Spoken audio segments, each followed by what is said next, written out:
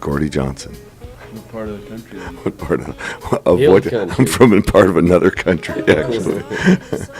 From Dripping Springs, Texas. Jean Vro, originally of Saskatoon, now Vancouver. Safwan Javed, Toronto via Ottawa, Vancouver, and Saskatoon. Safwan and I started playing together when we were 10 or 11. When I had an acoustic guitar and he had pots and pans and eventually a drum kit. And we started Wide Mouth Mason in about 1993, 4, when we first started playing together. And then about a year and a half ago, we had started work on a new record, and our original bass player decided to leave the band.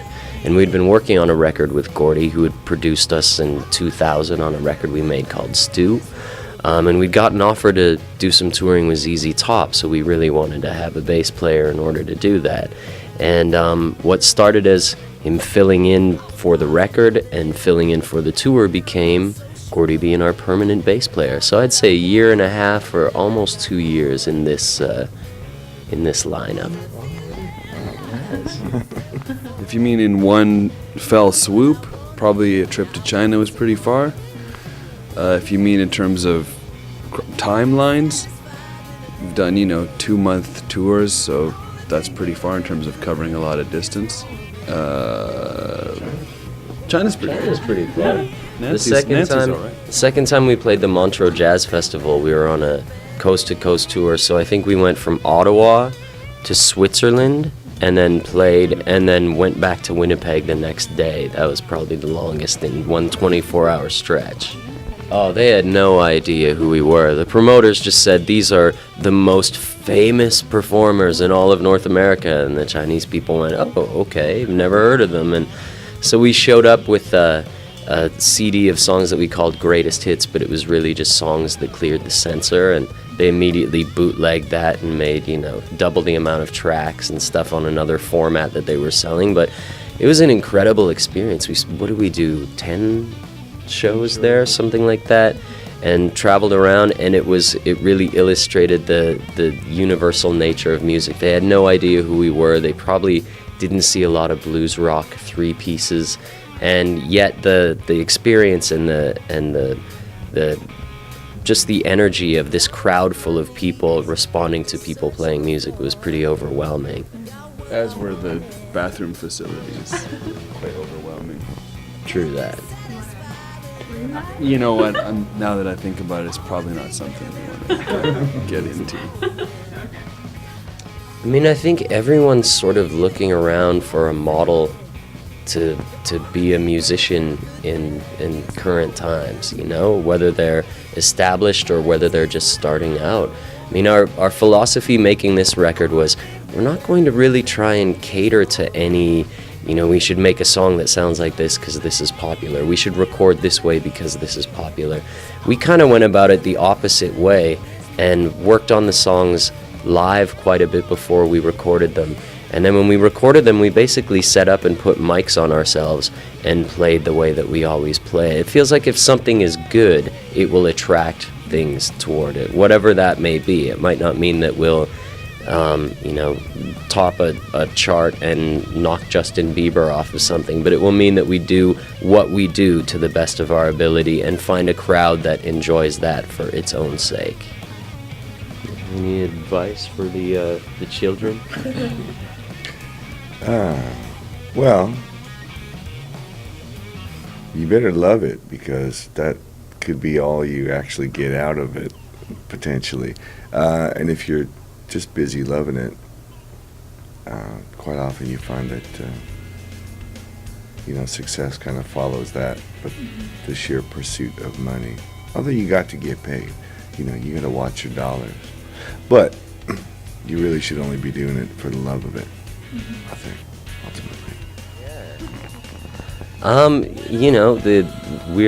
We're voracious consumers of music, and whether it's things that we're hearing about word of mouth, shows that we see, anytime we have a night off, we kind of go looking to see local bands playing. That could be 19-year-old kids, and it could be established acts. It could be, after show jams that we end up at, and just see players who you have to go up to later and go, what is your name? That was great what you did. Inspiration's everywhere that you look, and I remember we used to tour with a box full of VHS tapes to watch before the show to get excited about playing, or to think of a new way to approach something. And now we just pass the computer around going, have you seen this YouTube video of this 12-year-old jazz guitar player? Isn't this crazy? Have you seen this Jaco Pastorius thing? So if you're not inspired, it's because you're not looking very hard, I think. So I think it's pretty cool to be able to have someone film a show that we play in Vancouver, which we encourage, by the way. Just share it, don't hoard it afterwards. To have someone film a show in Vancouver and have someone from, St. John's, Newfoundland comment on that show after they watch it that night. So it's a big country, but it's also really connected in that regard, and that's really fun for us as musicians to go. The opening night in Vancouver, Big Sugar had a mariachi band come out and play on a song, and people across the country were watching it the next day, even though it was really far away. You just don't really, I don't know what time it is or what day it is. I know what city I'm in, because I know what good food to look for. That's what I base where I am based on the restaurant. Oh, what am I going to eat today? Oh, it's Fredericton, therefore it must be, Pakistani food. You just have to kind of roll with it. We just sleep in shifts, kind of, luckily we're in a tour bus, but there's a bunch of, I was up at 7, but then I was also sleeping at 3 in the afternoon yesterday, so. Well, I like finding out which restaurants to go to from Gordy. That's one of my favorite things. Sometimes that works out, sometimes not so much. I don't know, seeing different places, although we've seen a lot of them already, but going back to revisit them, you end up meeting a lot of people on the road, and if you do it long enough, you go back to the same places and see some of the same faces, and sometimes that's nice, sometimes not so much. But mostly I think it's just about the opportunity to play music, and you really come to a place, I think, where you appreciate the fact that you get to do this for a living. And so, if we were touring the Arctic but still got to play music, I'd be into it. Well, my view of Canada is usually from a tour bus, so I'm quite fond of it in that regard. Just bringing music to people, small towns especially. The small town shows are as good as the big city shows, and quite often better, because people really. It's not like people have more sophisticated taste in the cities even. Every small town has a great creative community in it. We were just in St. John, New Brunswick last night. We met so many really cool people, really creative, free-spirited, so you find that in all these little places. People love music all over this country. I think probably per capita more so than in other places. So that's my take on Canada now, is seeing it from the stage. It's a nice way to see it.